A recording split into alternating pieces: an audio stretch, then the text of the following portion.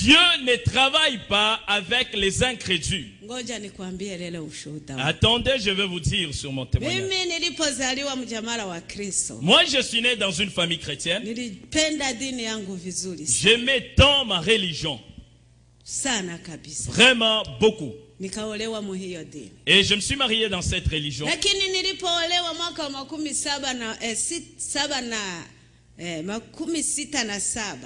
Ok, je me suis marié en 1967. Et je croyais vraiment que je suis chrétienne et je vais au ciel. Et chaque jour, je me réveillais et j'allais à l'église. Et je me promenais chaque jour avec mon chapelet et vraiment j'étais pleine de moi-même. Et je me disais à moi-même, en me glorifiant, que j'ai une très très bonne religion. Mais seulement mon salut, comment est-il venu? Et un jour, alors que je me reposais dans ma maison, je m'assoupissais là dans ma maison. J'ai eu un sommeil. J'ai entendu quelqu'un cogner à ma porte. Maman Domitila, fais vite et ouvre-moi, je veux rentrer dans ta maison. Dans mon rêve, je me suis levé et j'ai couru pour aller ouvrir. Et quand je voulais ouvrir la porte,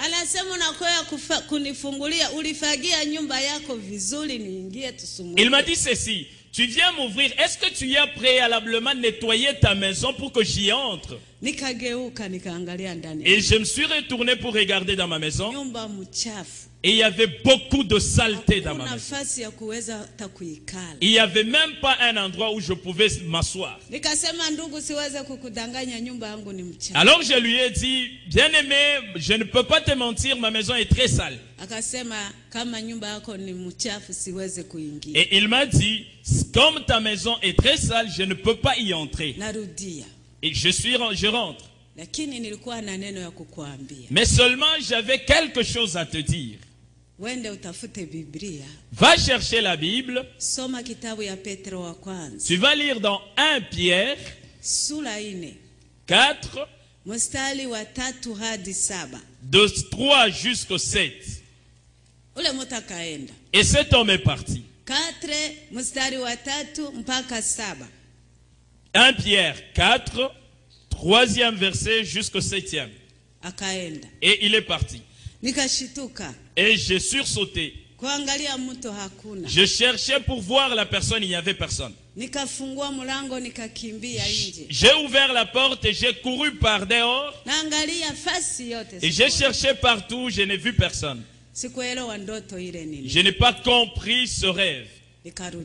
Je suis rentré. Je ne connaissais pas la Bible. Je me disais, qu'est-ce que je vais faire?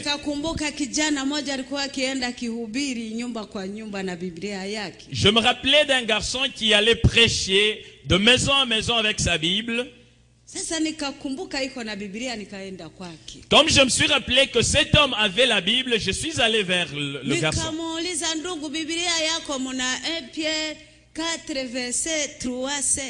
Je lui ai dit, bien-aimé, est-ce que dans ta Bible, là, il y a 1 Pierre 4 de 3 à 7?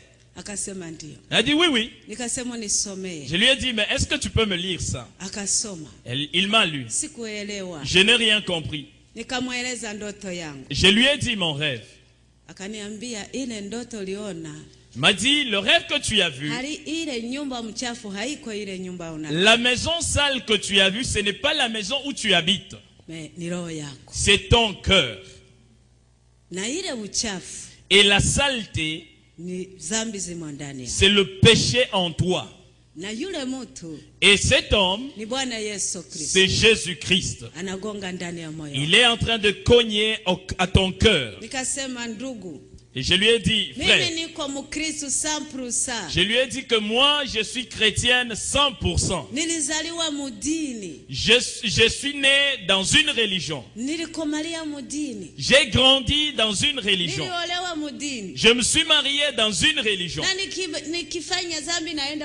Et toutes les fois que je fais le péché, je veux voir le prêtre.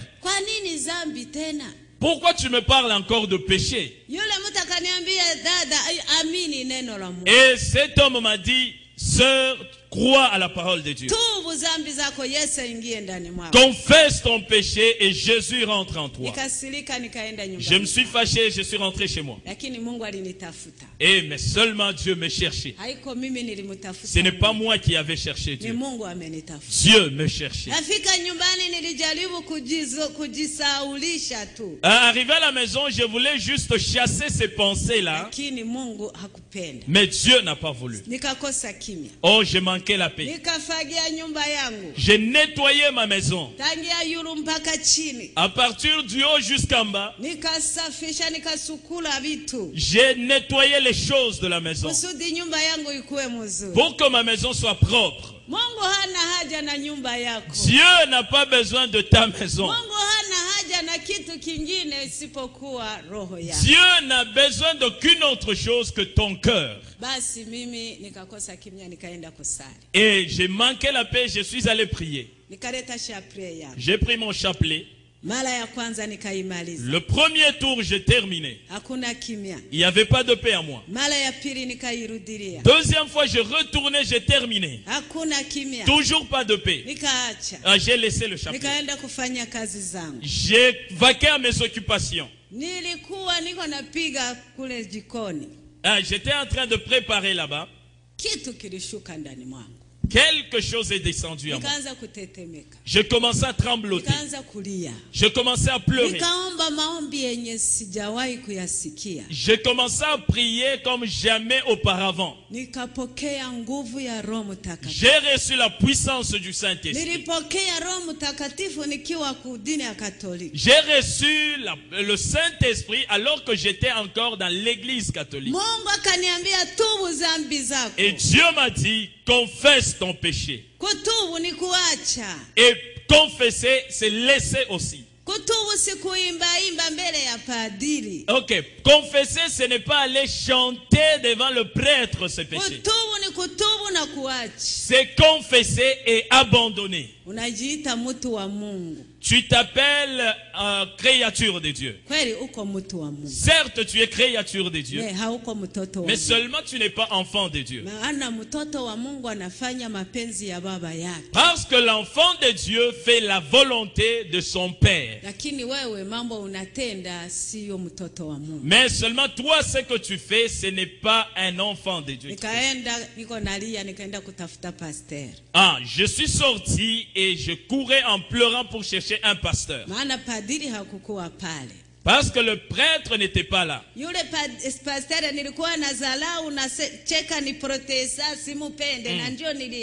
Et alors je suis allé voir un pasteur, c'est lui que j'ai critiqué. Je disais que c'est un protestant, celui-là, je l'ai méprisé. Et c'est vers lui que je suis allé.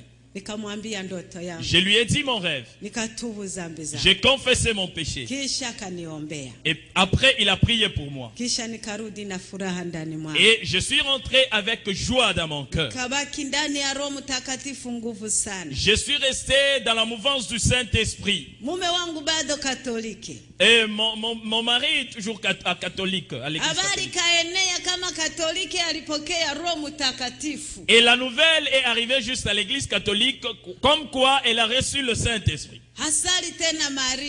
Et elle ne prie plus Marie. Elle a jeté son chapelet. Et elle n'est plus dans la bonne voie. On m'a appelé. On est parti avec mon mari. On m'a demandé qu'est-ce qui t'est arrivé. Je leur ai dit, j'ai reçu le Saint-Esprit. Et Dieu me conduit dans la prière.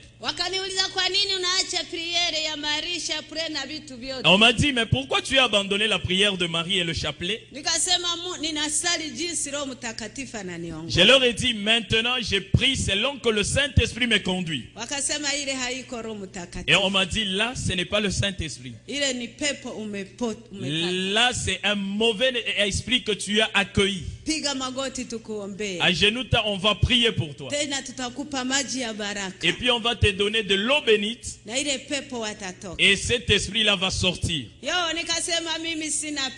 leur ai dit, moi je ne suis pas possédé. Je n'ai même pas besoin de cette eau bénite. Parce que celui qui est en moi, il est plus grand que cette eau. Alléluia. Amen. Wakasema ondoka. On m'a dit, on m'a chassé. Wende. Sors. Wakamwambia mume wangu. On a dit à mon mari, rudia na mgonjwa wako amekuwa kichaa. Rentre avec ta folle, elle est devenue folle. Nikasema Mungu awabariki. Je leur ai dit que Dieu vous bénisse. Wakati nilikuwa pamoja na ninyi na dhambi zangu mliniona mtu mzima. Ah, quand j'étais au milieu de vous avec mon péché, vous m'avez trouvé comme vivant. Lakini kwa sababu kuna kitu kinashanje ndani yangu mnaona nabadilika. Mungu awabariki. Voilà qu'il y a quelque chose qui a changé en moi, vous avez trouvé que je suis folle. Que Dieu vous bénisse. Je suis allé dans une église pentecôtiste. On m'a vraiment accueilli. Le pasteur a prié pour moi. Il m'a conduit comment marcher dans le Saint-Esprit. Après 3 mois. 3 mois après. Et il m'a parlé du baptême dans l'eau par immersion. Je lui ai dit non, non. Non, moi, on m'a déjà baptisé. Dans l'eau, en esprit. On ne peut plus me baptiser une seconde. Et dans mon église, on nous prêchait. Si tu te fais baptiser une seconde fois, tu prends 2 croix. J'ai dit, mais ces 2 croix-là, comment je vais les porter? Et j'ai refusé. On m'a chassé. Je suis rentré dans ma maison. Un problème est rentré. Là, mon mari était catholique. Ah, mon témoignage est trop grand, je sais. Mais seulement je veux vous dire comment j'étais morte. Et après quelque temps, mon mari aussi est sauvé. À l'église catholique, il y a eu beaucoup de gens qui ont reçu la puissance du Saint-Esprit. On les a aussi chassés. Alors, on a commencé à prier ensemble avec toutes ces personnes qui étaient chassées. Nous n'étions pas de l'église catholique. Nous ne sommes pas des protestants. Mais seulement nous étions en train d'adorer Dieu en esprit. On a eu beaucoup de problèmes avec les églises. On est allé prier. On demandait à Dieu, Dieu, dis-nous ce que nous devons faire. Alors on demandait à Dieu, Seigneur, est-ce que ce qu'on a reçu, c'est réellement un esprit qui vient de toi? Mais pourquoi on a beaucoup de problèmes à cause de ça? Dis-nous si ce n'est pas le Saint-Esprit pour qu'on rentre à l'église catholique. Ou bien si être baptisé pour une seconde fois, ce n'est pas un péché pour qu'on aille. On est allé prier. Nous étions nombreux. Une semaine durant. Dieu ne nous a rien dit. On ne mangeait rien et on ne buvait pas. Et nous avons perduré là-bas. Il y a d'autres personnes qui sont fatiguées qui sont rentrées. Et nous sommes restés à 12. Et il y avait 7 hommes. 8 hommes plutôt. Et 4 femmes. Et nous sommes allés en brousse. Nous nous sommes dit on ne va pas manger. Nous n'allons pas boire. Et nous n'allons pas rentrer à la maison. Jusqu'à ce que Dieu nous dira ce que nous devons faire. Nous sommes partis. Le premier jour, le deuxième jour, le troisième jour, nous étions en prière. Moi, je n'étais pas malade. Là, on était à genoux. J'ai vu 2 personnes venir. Oh, des merveilleuses personnes. Ils avaient une joie éclatante. Ils avaient un amour qu'ils pouvaient ressentir. Ils étaient très beaux. Ils n'étaient pas des blancs. Ils n'étaient pas des noirs. Ils avaient un visage exceptionnel. Ils sont venus là où j'étais à genoux. Ils m'ont dit, lève-toi, partons. Moi, je voulais vraiment partir avec eux. Parce que j'avais vu des gens qui étaient particuliers. Alors que je voulais me lever, je sentais que je pesais beaucoup, je ne pouvais pas. Juste à cet instant-là, je leur ai dit, moi je pèse beaucoup, je ne... Mais j'essaye de me relever, je ne parvenais pas. On m'a dit, attends un peu. J'ai vu comme si j'étais habillé d'un manteau lourd. Et tout d'un coup, j'ai vu comme on m'a enlevé ce manteau-là, on l'a laissé. Et quand ce manteau est tombé, je me suis senti très légère. Et tout d'un coup, on a commencé à partir avec eux. Je n'ai pas su que j'étais morte. J'ai vu simplement que j'ai laissé un manteau là. Alors que ce corps, c'est comme un habit. Et quand il est tombé par terre, nous sommes partis. Mes amis ont vu que j'étais tombé et je suis morte. Mais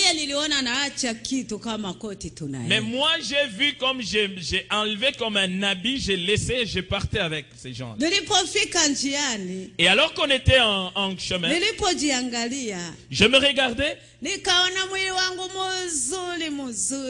regardais, j'avais un très très beau corps qui ressemblait vraiment au corps des gens qui m'escortaient. Alors je leur ai dit, mais bien aimé, donc il y a d'autres corps si merveilleux que ça. Oh, j'étais toute contente. Et ces gens m'ont dit, mais comment tu es étonné de ton corps? Tu ne lis jamais la Bible. Je leur ai dit, moi je ne sais pas lire la Bible. Ils m'ont dit, tu dis vrai. Celui qui ne lit pas la Bible, il ne peut pas connaître les choses d'en haut. Mais seulement si tu lisais la Bible chaque jour, certainement tu serais déjà en connaissance de livre de 1 Corinthiens, 15e chapitre, 40e verset. Tu saurais déjà qu'il y a un corps glorieux céleste et un corps terrestre. J'aimerais que tu lises toi-même ta Bible parce qu'on n'a pas assez de temps. Et j'ai vu qu'on est parti. La première chose qui m'avait émerveillé, c'était mon corps, comment il était transformé. La deuxième chose, je ne me voyais pas comme un mort. J'avais toute ma conscience et mon intelligence. J'ai parlé avec ces gens-là. Ils me posaient des questions et je répondais. Moi, je posais de même des questions, ils me répondaient. Et je savais qu'on a quitté un endroit et on allait vers un autre endroit. J'aimerais te dire, si tu es chrétien, vraiment chrétien, ne crains pas la mort. La mort, ce n'est pas comme la mort, c'est juste un changement. C'est juste laisser ce corps et habiller le corps de gloire. Amen. Amen. Et après cette vie, il y a une très belle vie. Amen. Pour recevoir cette vie, il faut agir sur cette terre. C'est commencer ici. Et j'ai vu comment amener. Oh, on m'a amené dans un pays. Oh, c'était très très beau pays. Oh, je ne sais pas comment t'expliquer. Quand je regardais, j'étais toute étonnée.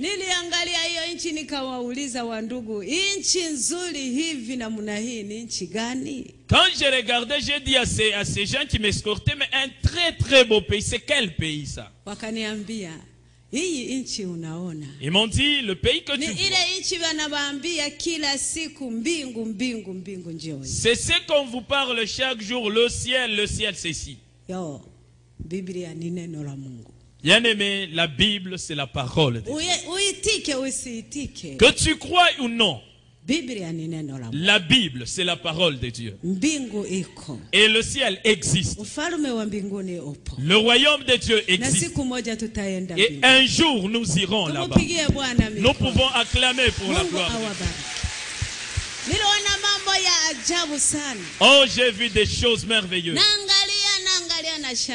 Et quand j'ai regardé, j'étais étonné. J'ai regardé ce pays-là, ça n'avait pas de fin. Je regardais les maisons construites, je ne pouvais pas comprendre comment. Je leur ai dit, ici aussi il y a des maisons comme chez nous. Ils m'ont dit, ça c'est le paradis de saints. Quand quelqu'un meurt là-bas, il vient se reposer ici dans ce pays. Ici n'entre pas un païen. Ici n'entre pas un pécheur. C'est seulement des chrétiens qui sont lavés dans le sang de Jésus-Christ. Et c'est ceux-là qui viennent se reposer dans ce pays. Et on était en train de parler avec ces gens. Ah, j'ai regardé par là où on venait, il y avait comme une espèce de voiture qui venait.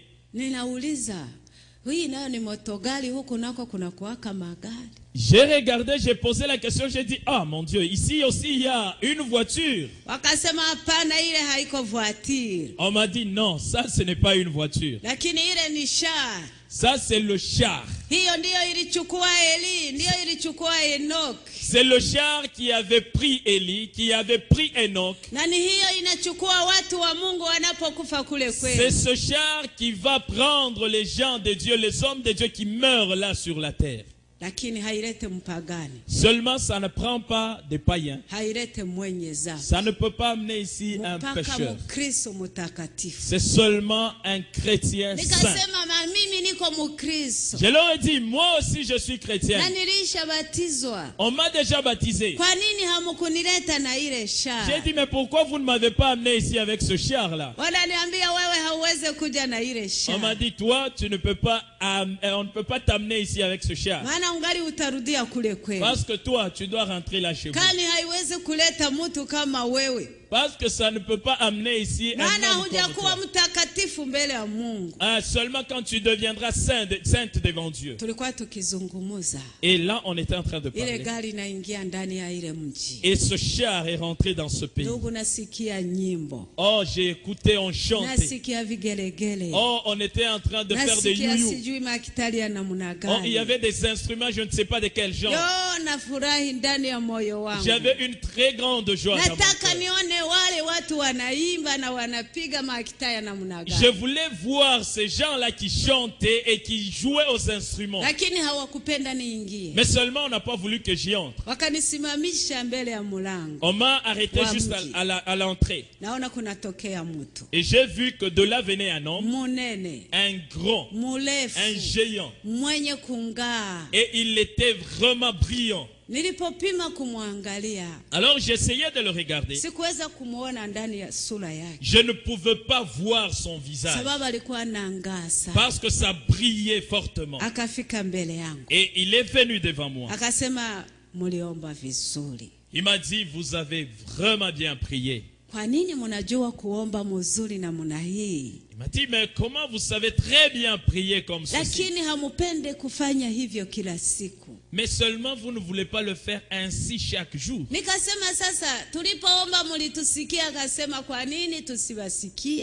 alors j'ai dit, donc quand on priait là, vous nous écoutez? Il dit, mais pourquoi pas? Et j'ai dit, mais moi je crois que Dieu est très loin.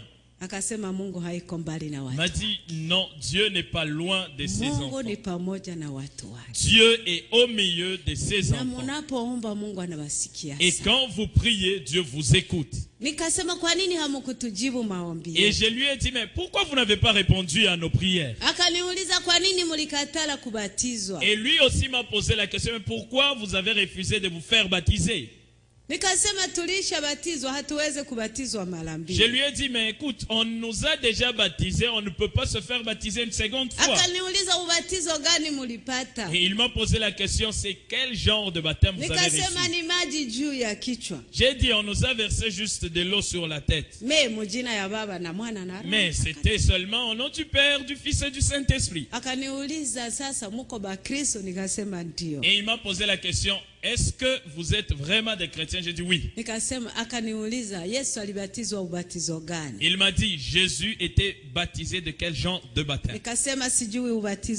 J'ai dit, en tout cas ça, je ne connais pas le baptême de Jésus. Il m'a dit, Jésus était baptisé dans le Jourdain. Dans l'eau qui coule. Quand tu suis Jésus-Christ, vas-y faire comme Jésus a fait. Il a été baptisé par immersion. Vous aussi, allez-y qu'on vous fait baptiser ainsi. Et c'est là le vrai baptême.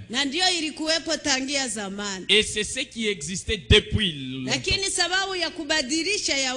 Seulement parce que les gens sont en train de changer des choses. C'est pourquoi il y a plusieurs façons d'être baptisé. Mais seulement le vrai baptême, il y en a un seul. C'est seulement par immersion. L'image de mourir et de ressusciter avec Jésus-Christ. Je n'avais plus quoi dire. Il m'a introduit dans ce pays. Bien-aimé, oh, j'étais étonné. Oh, Dieu reste Dieu. Et le royaume de Dieu existe. Et un jour, nous irons. Je voyais un pays qui était à perte de vue. Je voyais, il y avait beaucoup de gens dedans. Des gens qui étaient beaux. Ils avaient une joie débordante. Ils étaient en train de chanter pour Dieu. Et ils utilisaient des instruments que je ne comprenais pas. Bien-aimés, chante, continuez à chanter pour Dieu. Toi qui sais bien jouer aux instruments, fais-le encore. Parce que même là-bas, on chante. Et la Bible dit, toute chose va s'arrêter. Mais seulement au ciel, là, on restera en train de le louer. Et si tu es chanteur, chante encore. Si tu sais jouer aux instruments, fais-le, c'est bien, c'est louer Dieu. Il m'a dit, regarde les saints. Les gens qui étaient morts chez vous. Et vous pleurez là-bas, vous disiez qu'ils sont morts. Mais regarde là où ils sont en repos. Regarde la joie qu'ils ont. Regarde comment ils brillent. Et il m'a dit, D'ailleurs, jusque-là, ils n'ont pas encore connu le grand éclat. Ils n'ont pas encore connu la grande joie. Parce qu'ils n'ont pas encore vu le Seigneur Jésus. Et le jour qu'ils le verront, ils seront encore plus beaux que maintenant. Oh, j'étais toute contente. Bien-aimé. Oh, le ciel existe. Allons-y au ciel. Amen, amen. Amen. Yo. Bien-aimé. Il m'a dit, regarde là où ils sont en repos. Et un jour, ils quitteront cet endroit. Ils iront maintenant dans la nouvelle Jérusalem. Et là, ils seront encore plus éclatants qu'ici. Et j'ai vu, on m'a enlevé de là. Mais viens, on va te montrer la nouvelle Jérusalem. Bien aimé, j'étais tout étonné. J'ai regardé le pays. C'était comme des vitres qui brillaient à mes yeux. Et je voulais regarder, mais je ne pouvais rien comprendre. Et dans ce pays, il y avait une rivière. C'est une rivière qui arpentait le... Et l'eau était toute éclatante. Je n'ai pas traversé cette rivière. J'ai vu simplement que je suis rentré dans ce pays. Je regardais. J'ai vu, c'est comme quelque part où on a étalé de l'or pur. Et partout il y avait de l'or. Partout il y avait de l'or. J'ai dit, bon, je vais essayer quand même de marcher là-bas. J'ai dit, bon, j'essaie de marcher pour voir si je vais marcher comme on marche sur la terre. Mais seulement je n'ai pas pu. C'était en train de vaciller. On m'a dit, toi tu ne peux pas marcher dans ce pays. Parce que personne n'y est déjà entré. Là c'est l'endroit que Dieu a préparé pour les saints.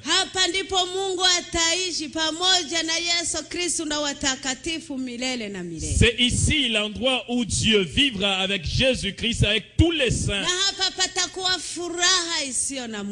Et il y aura une joie sans fin. Amen. Amen. Alléluia. Amen. Et on nous a déjà préparé un bon endroit. La Bible, c'est la parole de Dieu. Un jour, tu verras ça.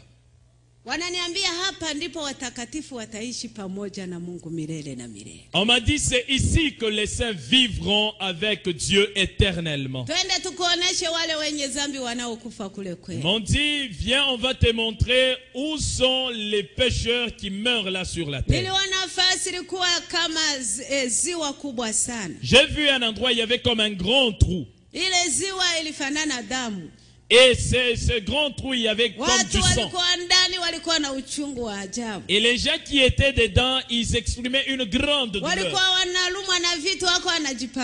Et ils étaient en train de se gratter comme s'il y avait des insectes qui les piquaient.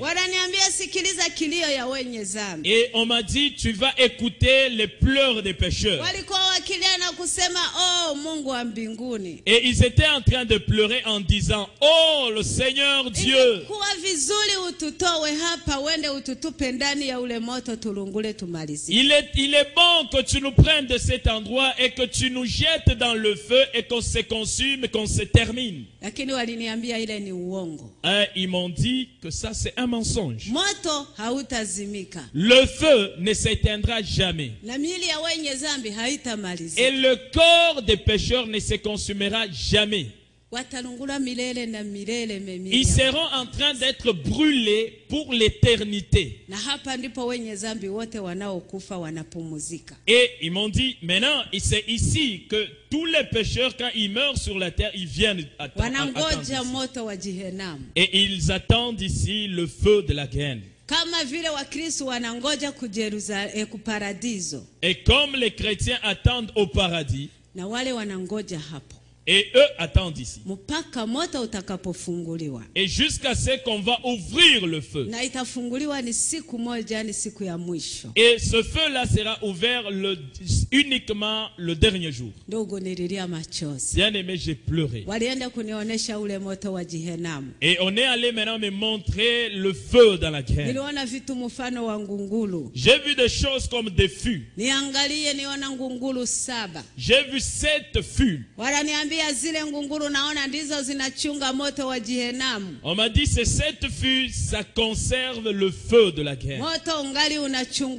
Et le feu est gardé là-bas. Ça sera ouvert un seul jour. Et ça sera la fin du monde. On m'a dit, tu ne vas pas simplement voir ces fûts. Et maintenant, tu vas écouter ce qui est gardé dedans. J'ai vu, ils ont pris quelque chose qu'ils ont jeté dedans. Et il y a eu comme un grand bruit. Ce feu-là s'est déchaîné. Ça produit un grand bruit, plus que le bruit de tonnerre. Et j'ai fui. Et je courais vers ces gens qui m'escortaient et eux fuyaient aussi. Et je fuyais vers eux, ils m'évitaient. Et j'ai couru, je suis allé tomber quelque part. Et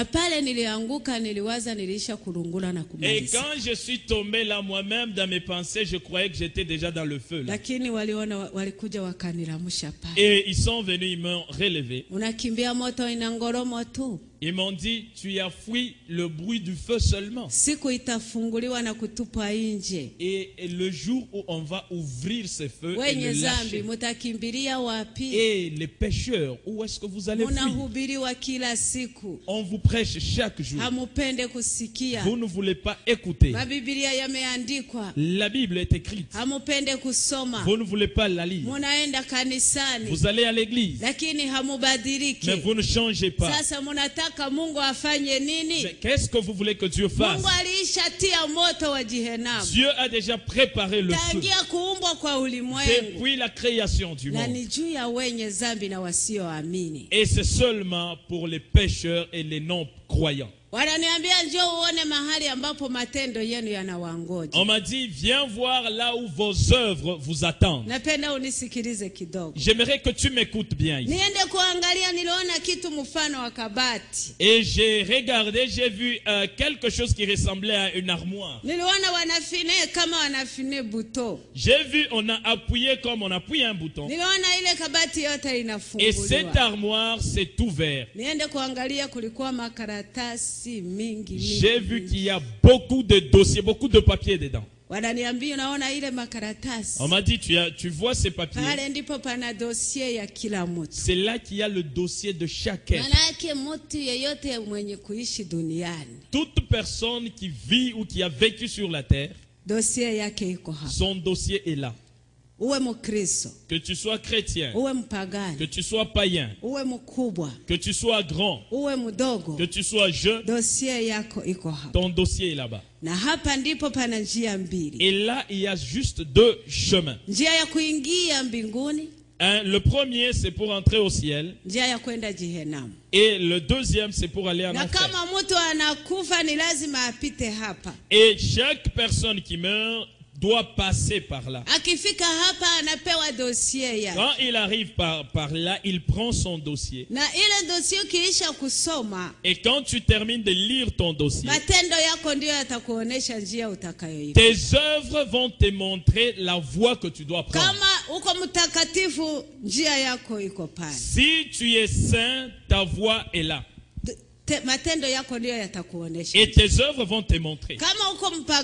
Et si tu es païen, tes œuvres aussi te montreront ta voie. Avant que Dieu ne te juge, tu seras jugé par tes œuvres.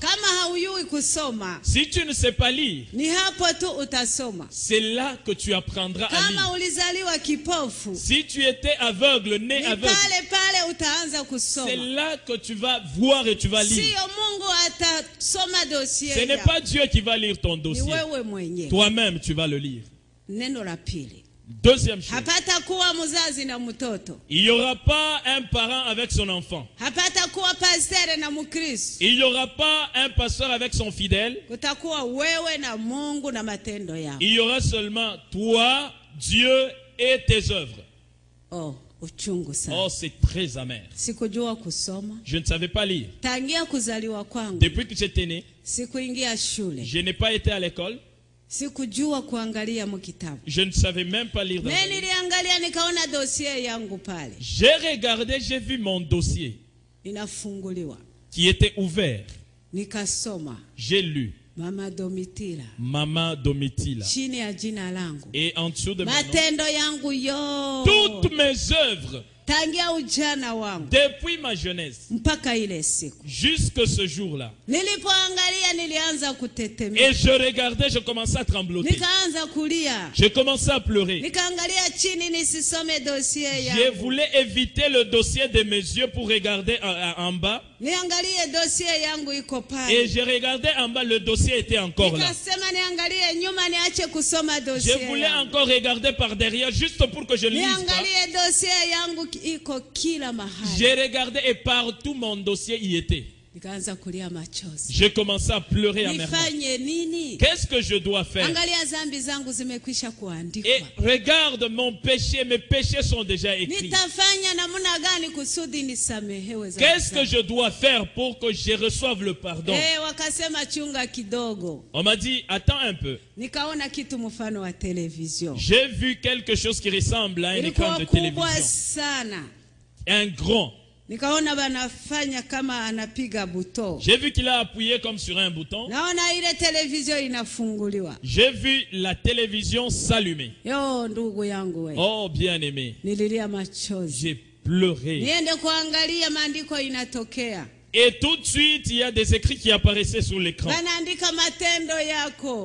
C'était écrit tes œuvres. Et tout de suite, j'ai vu moi-même, j'étais dedans dans l'écran. Ma vie était en train comme de défiler là-bas dans l'écran. Bien-aimé, je vois tout ce que j'avais fait. Toute ma vie. Oh, j'ai commencé à pleurer. Si c'est une chose de quelqu'un que j'avais volé, même comment j'avais volé ça, je vois ça apparaître. Si c'est quelqu'un avec qui on s'est bagarré, et j'ai vu comment on s'est bagarré là. Si c'est l'impudicité que j'ai commis, et même l'homme avec qui on a fait, comme les choses se font. Bien aimé, j'ai pleuré. On m'a dit, regarde, tu pleures. Donc tout apparaît, le jour, l'heure, la minute. Tout défile là-bas. Et ce qui m'a vraiment touché, les choses que j'avais faites dans mon jeune âge, je voyais ça comme si je venais à peine de les faire. Oh bien aimé, je posais la question. Qu'est-ce que je dois faire pour que ces choses soient pardonnées devant Dieu? On m'a dit, le pardon ne s'obtient que quand tu es sur la terre dans le monde. Je leur ai dit, retournez-moi tout de suite pour que j'aille confesser mon péché. J'aimerais retourner là pour confesser mon péché. Ils m'ont dit, tu pleures parce que tu as vu? Et chaque jour on ne te prêche pas? Pourquoi tu ne changes pas? À partir d'aujourd'hui, sache que les yeux de Dieu, c'est comme une caméra. inatembea pamoja na wewe kila uendapo. Avec toi partout où tu vas. Kila mahali unaishi macho ya Mungu yako pamoja na. Partout où tu vis, les yeux de Dieu sont là. Na siku moja utajikuta jinsi ulivyo. Et un jour tu te verras comme tu vis. Utalia Mungu amekusingizia maana utakuwa unaona mambo yako wazi mbele yako. Tu vas pleurer parce que tu vas commencer à voir toi-même de tes propres yeux ta vie. Je leur ai dit, bon, écoutez, il n'y a pas de problème, retournez-moi pour que j'aille demander pardon. L'amertume, c'était que je rentre. Et j'ai vu, on m'a sorti de cette on m'a montré beaucoup de choses, mon temps est presque fini. On m'a montré des enfants qui sont morts sur la terre. Des enfants qui sont morts parce que des femmes ont avorté. Bien aimé, les mamans qui avortent. Sachez que c'est un péché devant Dieu. Et ces enfants sont au ciel. Ils t'attendent avec les produits que tu as utilisés pour provoquer l'avortement. C'est un péché et c'est tuer. Et si tu es chrétienne, tu n'es pas censé faire cela. Et un jour, tu vas être en jugement avec ces enfants. On m'a montré les religions des gens sur la terre. Comment nous avons des choses qui ne plaisent pas à Dieu. Les gens se divisent en dénominations, en deux groupes. J'ai posé la question, tous ces groupes c'est quoi? On m'a dit ça c'est les catholiques, ça les protestants. Mais pourquoi ils sont divisés en groupes?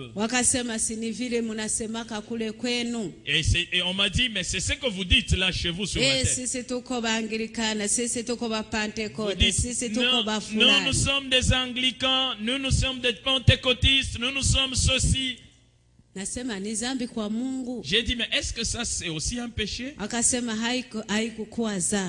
Ils m'ont dit, ce n'était pas un péché. Mais seulement il y a un péché en nous. Ils n'ont pas l'entente. Ils n'ont pas l'amour. Ils aiment plus leur dénomination. Et ceux-ci aiment aussi leur dénomination. Et ça ne plaît pas à Dieu. Parce que s'il n'y a pas l'amour, il n'y a pas aller au ciel. Il faut qu'on soit unis. Il faut qu'on ait l'entente et qu'il y ait l'amour. Les catholiques avaient leurs affaires. Ils avaient beaucoup de choses, je n'ai pas le temps de parler. Seulement ils avaient beaucoup de fardeaux qui pesaient. Ils étaient en train de dormir dans la maison de Dieu comme des cadavres. Et j'ai posé la question, c'est quoi ça? On m'a dit, ceux-là, ce sont des ivrognes et des gens qui fument la cigarette. Je leur ai dit, mais ça aussi c'est un péché devant Dieu. On m'a dit, tout ce qui peut détruire le corps d'un homme, c'est un péché devant Dieu. Un homme de Dieu ne peut pas boire, s'enivrer, fumer, pour détruire le corps. Quand tu tues ton corps, Dieu n'est pas content. Je leur ai dit, mais la vraie religion c'est quoi? On m'a dit, la religion c'est quoi? J'ai dit, mais c'est suivre Dieu. On m'a dit non. Suivre Dieu, c'est suivre la parole de Dieu. Et nous, ici, on ne connaît pas vos religions. C'est pourquoi, quand on vous dit abandonnez telle chose, vous dites non, ma religion ne m'interdit pas ça.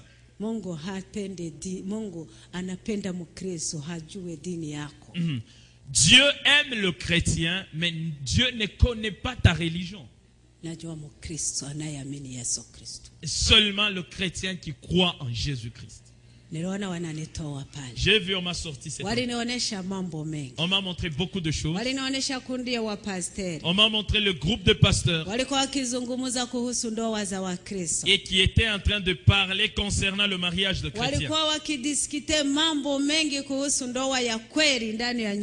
Ils étaient en train de discuter sur le problème de mariage à l'église. Bon, c'est quoi le vrai mariage et c'est quoi le faux mariage?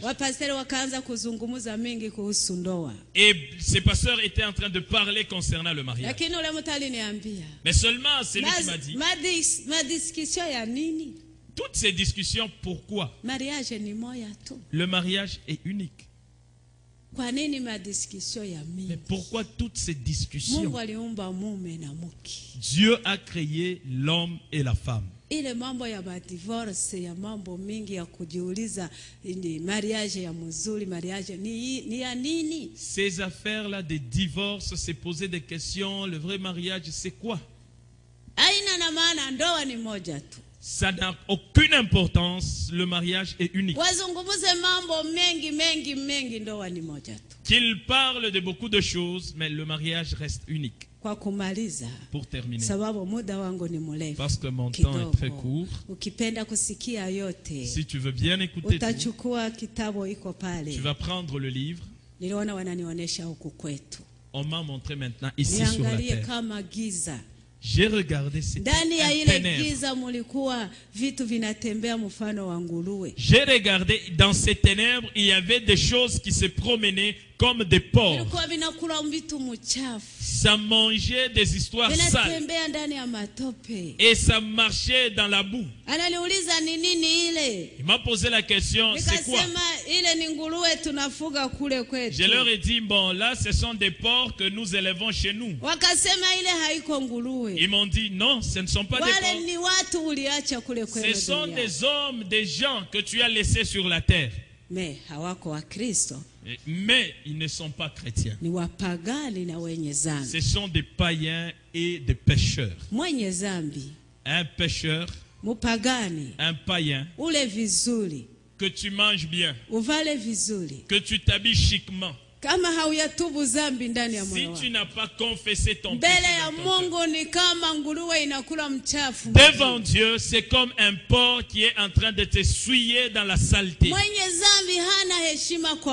Devant Dieu, un pécheur n'est pas respectable. Un païen, son nom n'est même pas connu au ciel.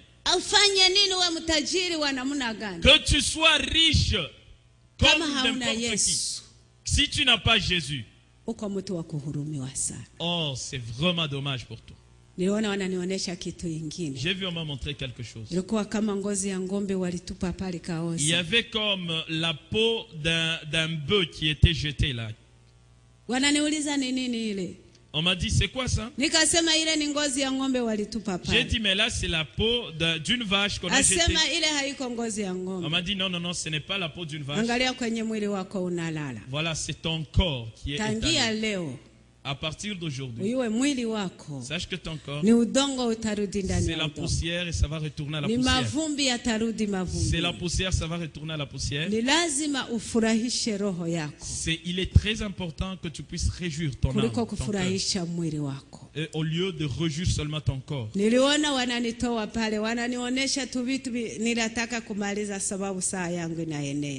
On va terminer parce que vraiment le temps... Ok, juste on va une petite pause parce qu'on m'a dit qu'on enregistre là derrière.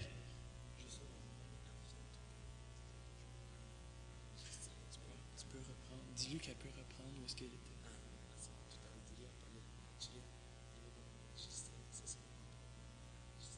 Ok.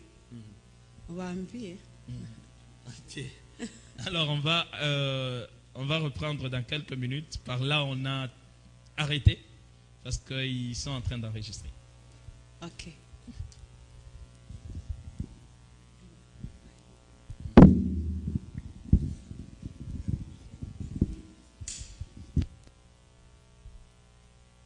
C'est bon? Amen. Amen. Msiogope namaliza. Ah, ne craignez pas, j'ai terminé. Msiogope, saa zingine saa yenu imeenea. Peut-être votre temps c'est déjà... Sasa ni pale mimi nikaona bananionyesha mwile giza mulikuwa matala kidogo kidogo sawa vile unaona hapa. Quand j'ai regardé dans ces ténèbres qui étaient au fait la terre, j'ai vu qu'il y avait des petites lumières qui brillaient. Mimi nikauliza ile matala kidogo kidogo inawaka ndani ya giza. J'ai posé la question. Alors ces petites lumières là qui brillent dans ces ténèbres, c'est quoi? Wananiambia ile unaona matala kidogo kidogo yanangaza ndani ya giza ni Wakristo wanaishi duniani. Ils m'ont dit, les petites lumières que tu vois dans ces ténèbres, ce sont les chrétiens qui vivent dans le monde. Amen. Amen. Mkristo mahali ulipo, chrétien ou chrétienne là où tu es, Mungu anakuona kama nuru inangaza ndani ya giza. Dieu te voit comme la lumière qui brille dans les ténèbres. Wakati tunaomba Mungu, quand nous prions Dieu, ndani ya kweli, dans la vérité, katika uhaki, dans la vérité, Mungu anatuona kama nuru inangaza ndani ya giza. Dieu nous voit comme la lumière qui éclaire dans les ténèbres. Akaniambia Mkristo mahali alipo, et il m'a dit, le chrétien là où il est, Mungu anamuona kama nuru, kama Dieu le voit comme la lumière, comme une lampe. Hata ukue nyuma ya mwingine, même si tu es derrière quelqu'un, hata ukue katika nyumba haina taa, même si tu habites une maison non éclairée, lakini uko ndani ya Yesu, mais tu vis en Jésus-Christ, Mungu anakuona mtu wa heshima. Dieu te voit un homme respectable. Hallelujah. Amen.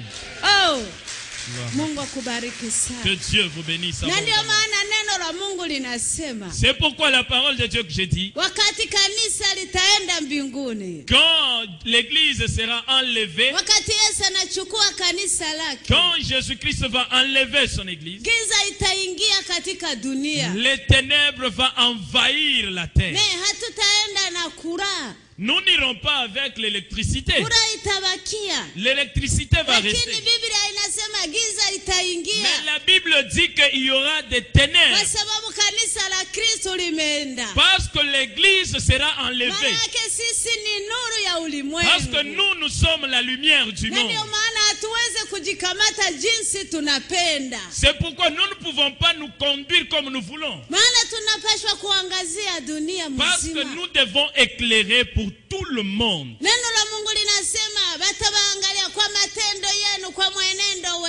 Dieu et la parole de Dieu dit, on va vous observer par votre vie, votre comportement. C'est pourquoi nous ne pouvons pas nous mélanger aux païens. C'est pourquoi nous ne pouvons pas suivre comment les païens marchent. Ce sont eux qui vont venir vers nous pour voir comment nous marchons. Ce n'est pas nous qui vont aller prendre comment vivre chez eux. Nous ne pouvons pas nous mélanger avec la vie du monde.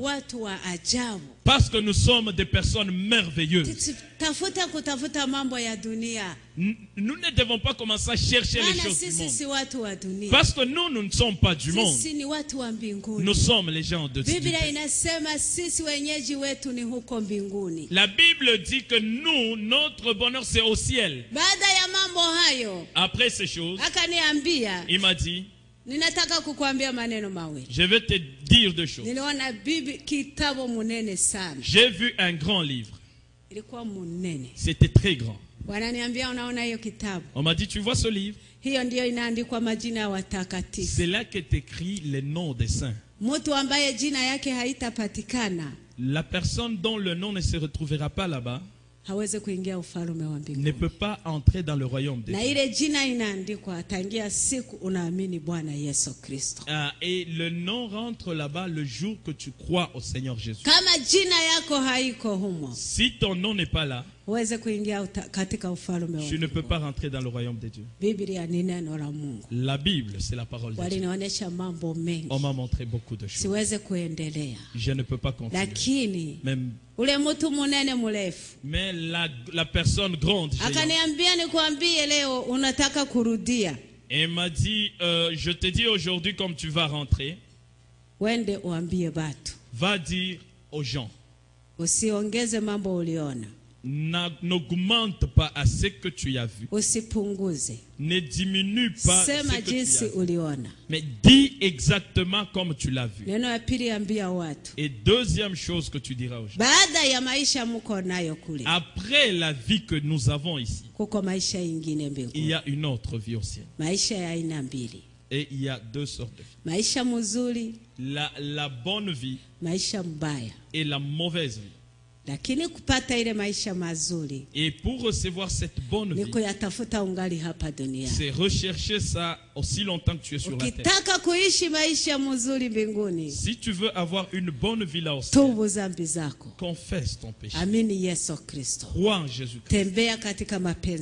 Marche selon la volonté de Dieu. Si tu ne veux pas, la guerre t'attend. La troisième chose, va dire aux gens, si tu veux prier Dieu, ne prie pas le chapelet. Ne prie pas au nom de quelqu'un d'autre. Que ça soit un saint au ciel. Ne prie pas au nom de quelqu'un. La troisième chose, ne t'agenouille pas devant les idoles, devant des représentations. Quand tu veux prier, demande à Dieu au nom de Jésus. Si Jésus n'y est pas, il n'y a rien. Que tu aies tout. Si Jésus n'est pas dans ta vie, oh, ta vie, c'est la vie des pauvres. J'ai posé la question. Celui qui était grand chez lui. Je lui ai dit, mais toi c'est qui? Il m'a dit, mais pourquoi tu veux me connaître? Je lui ai dit, mais je veux connaître où est Dieu. Parce que j'ai quelque chose à lui dire. Il m'a dit, mais parle seulement, Dieu va t'écouter. J'ai dit, mais vous avez dit qu'ici c'est le ciel. Je veux absolument voir Dieu et que je lui dise quelque chose. Lui m'a dit, non, parle, Dieu va t'écouter. J'ai dit, non, il faut que je le voie. Cet homme m'a dit, la Bible dit, quand quelqu'un me voit, il voit le Père. Alléluia. Amen. Alléluia. Amen. Oh, nikasema wewe ni Yesu Kristo mwana wa Mungu. J'ai dit donc toi c'est Jésus-Christ le fils de Dieu. Nikaanza kuomba. J'ai commencé à prier. Nikasema nina neno moja tu. Je lui ai dit j'ai juste quelque chose à demander. Mimi sina mtoto. Je n'ai pas d'enfant. Lakini naomba Mungu anipatie mtoto. Que Dieu me donne un enfant. Akaniuliza hiyo tu, nikasema hiyo. Il m'a dit mais c'est juste ça, j'ai dit oui, juste ça. Na ndio ilikuwa napenda nione Mungu nimwambie. Et c'est ce que je voulais voir Dieu pour le lui dire. Maana sikuwa na mtoto. Parce que je n'avais pas d'enfant. Akasema okay. Il m'a dit OK. Alinionyesha mambo mengi. Il m'a dit beaucoup de choses. Siyasemi. Je n'ai pas dit ça. Kama unapenda usome kitabu. Si tu veux, tu vas lire le livre. Ule mtu munene akaambia wale watu wawili walinipeleka. Et cet homme grand géant a dit aux deux personnes qui m'extorquaient. Mumukamate sasa mumurudishe. M'a dit OK, vous l'amenez maintenant, vous la retournez. Nikaona wananikamata na nguvu. Ils m'ont pris de force. Nililia sana. J'ai pleuré. Sikupenda kurudia. Je ne voulais pas retourner. Lakini walinikamata kama vile polisi inavyochukua watu. On m'a pris comme la police tenaille les gens. Parce que j'ai refusé, je ne voulais pas retourner. Ils m'ont pris de force. On m'a retourné. Jusque là où j'avais laissé mon manteau. C'était là étalé. Je ne voulais même pas regarder ça. Je voyais ça très laid. Sipende hata kukiona. Je ne voulais même pas regarder à ça. Lakini kuniingiza ndani yake. Mais pour m'introduire dedans. Ilikuwa vita kabambi. Mais c'était toute une lutte. Wananikamata na nguvu On m'a pris de force. Ilikuwa vita kabambi. J'ai lutté. Mais kwa sababu walikuwa wawili tena wana nguvu. Mais parce qu'ils étaient à deux et ils avaient vraiment la force. Wananiingiza na nguvu yote. Ils m'ont introduit de force. Mara moja nikalamuka. Et tout d'un coup, j'ai regardé, j'étais ressuscité. Niangalie. J'ai regardé. Yo. Oh. Alléluia. Amen. Oh, Mungu mzuri ndugu. Dieu est merveilleux, bien-aimé. Nilikuta mwili wangu naanza kuoza. Mon corps pourrissait déjà. Fasi yote ya kufunikwa, fasi yote ilikuwa inaanza kutoa madudu. Partout on avait bouché parce que partout ça puait déjà. Yo. Ça sortait des insectes. Nasikia vitu vinatembea. Et je sentais des choses se promener sur mon corps. Siwezi tena kusema. Je ne pouvais pas parler. Nilikuwa naganga tu. J'étais en train de crier seulement. Mungu we. Mungu ni Mungu ndugu. Dieu reste Dieu. Kitu ya pili niliuzikisha. La deuxième chose qui m'avait... Niliona nalala ndani ya nyumba chini. J'ai vu que j'étais dans la maison étalée. Walishanifunika drap ya mweupe. On m'a déjà couvert d'un drap blanc. Watu walishanikimbia. Et les gens fuyaient déjà. Sababu mwili wangu naanza ninuka. Parce que le corps puait déjà. Watu wamekuwa pembeni kule nje. Et les gens étaient loin là à Ninaangalia napiga kelele. Et j'ai crié. Kama vile nilikuya niko na katala kuingia ndani ya mwili niko nalia na nililamuka niko nalia. Ah, ok. Comme en revenant, j'étais en train en fait de lutter et j'ai crié pour ne pas revenir. Et quand je suis ressuscité avec ces cris-là. Watu walikuya wako wanasikia napiga kelele. Et les gens ont écouté seulement, j'ai crié. Sikuona wale watu tena. J'ai pas vu ces gens-là. Naona watu wanakuja wako wanalia. Et les gens venaient pour en pleurer. Mtu wa kwanza alikuja kuniangalia kunipokea ni mume wangu. La première personne qui est venue et qui m'a accueilli, c'était mon mari. Hata kama nilikuwa nanuka lakini hakuweza alijiforce. Même quand comme j'ai pué, il ne pouvait pas me laisser, il s'est forcé, il est rentré. Il a montré vraiment un amour. Amen. Et je suis ressuscité. C'était un grand. Et j'ai dit, mais c'est quoi? On m'a dit, mais tu étais morte 4 jours durant. Je leur ai dit, mais pourquoi vous ne m'avez pas enterré? On était en train de prier. Oh, j'étais morte quand on était en brousse. On m'a sorti de là. On m'a retourné à la maison pour aller m'enterrer. Et pendant qu'il priait, Dieu a dit, ne l'enterrez pas. Laissez-le là. Je l'ai prise. Je vais la retourner. Et c'est pourquoi on ne m'a pas enterré. Oh, quand je me suis levé, c'était une grande lutte. Et toutes les 12 personnes avec qui on était en prière, on voulait les tuer.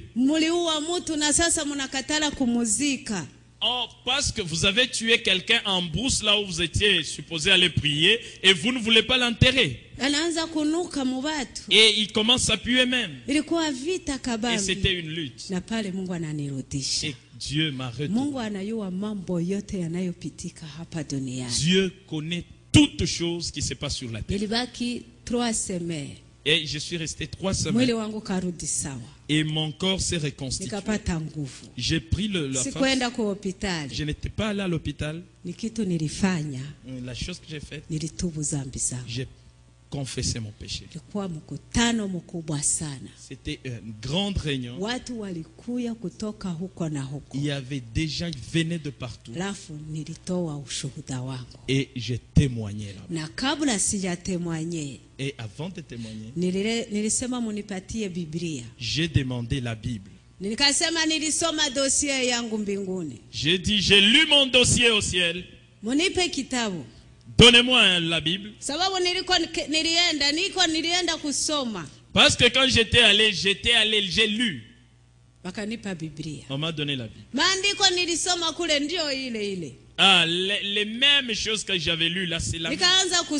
J'ai commencé à lire. Les gens étaient étonnés. J'ai dit, donnez-moi une autre. On m'a donné un autre livre. Les gens tremblotaient. Parce qu'ils me connaissaient. Je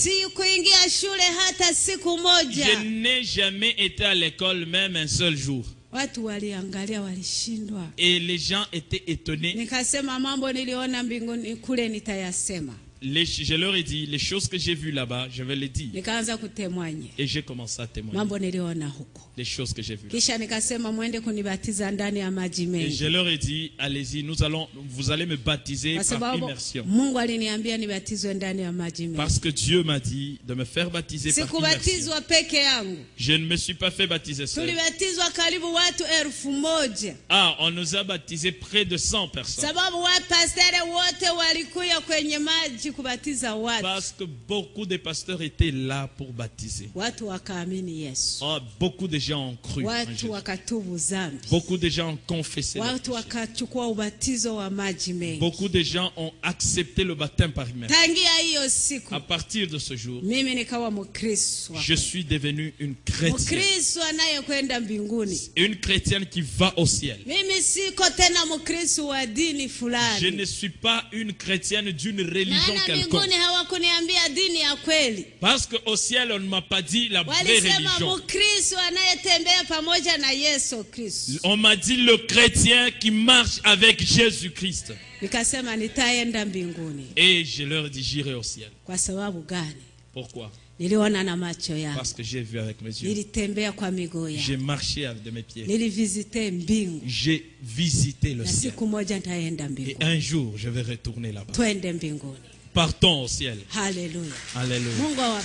Que Dieu vous bénisse. La deuxième chose. Permettez-moi de terminer ensemble. Quand je m'étais réveillé, j'ai regardé et j'étais vraiment seul dans la maison. D'autres ont fui. Oh, bien-aimé, c'est amen. Juste parce que j'ai pué, ils ont fui. J'avais mon mari qui m'aimait beaucoup. Mon mari aussi, à cause de l'odeur, il ne pouvait pas supporter, il s'est éloigné aussi. J'avais des frères et sœurs avec qui je suis né de la même mère, qui m'aimaient beaucoup. Et quand j'étais morte, elles ont fui. J'avais des amis. Quand mon corps puait, ils ont fui. Bien aimé, je vais te dire une chose. Tu n'as pas de vrai frère. Tu n'as pas de vrai ami. Tout cela que tu as, ce sont des voisins et des voisines. Nous avons un seul frère. Celui qui nous aime tant. Même si tu pues, il ne peut pas t'abandonner. Même dans le sépulcre, il est avec toi partout. Même si tu souffres d'une maladie contagieuse, il ne peut pas te craindre. Il ne va pas te fuir. C'est pendant que tu es dans un état où les gens te fuient que lui s'approche plus de toi. C'est là qu'il va vraiment montrer son amour de Dieu. Et ce frère, c'est qui? Ce frère-là, c'est qui? C'est Jésus-Christ. Alléluia. Alléluia, clamons. Amen. Nous avons un frère, Jésus-Christ. Tu as Jésus. Tu as tout. Tu as Jésus. Tu es pauvre. Oh, tu es. Ok, tu es un homme qui a le pardon. Tu n'as pas Jésus. Tu es pauvre. J'aime Jésus. Et je continuerai à l'aimer. Je vais continuer à répandre ton. Et si tu étais là, tu ne le connaissais pas. Je te demande de le connaître. La Bible dit que c'est lui le chemin, la vérité et la vie. Et si tu veux le voir, tu le verras. Le ciel existe. Les saints iront au ciel.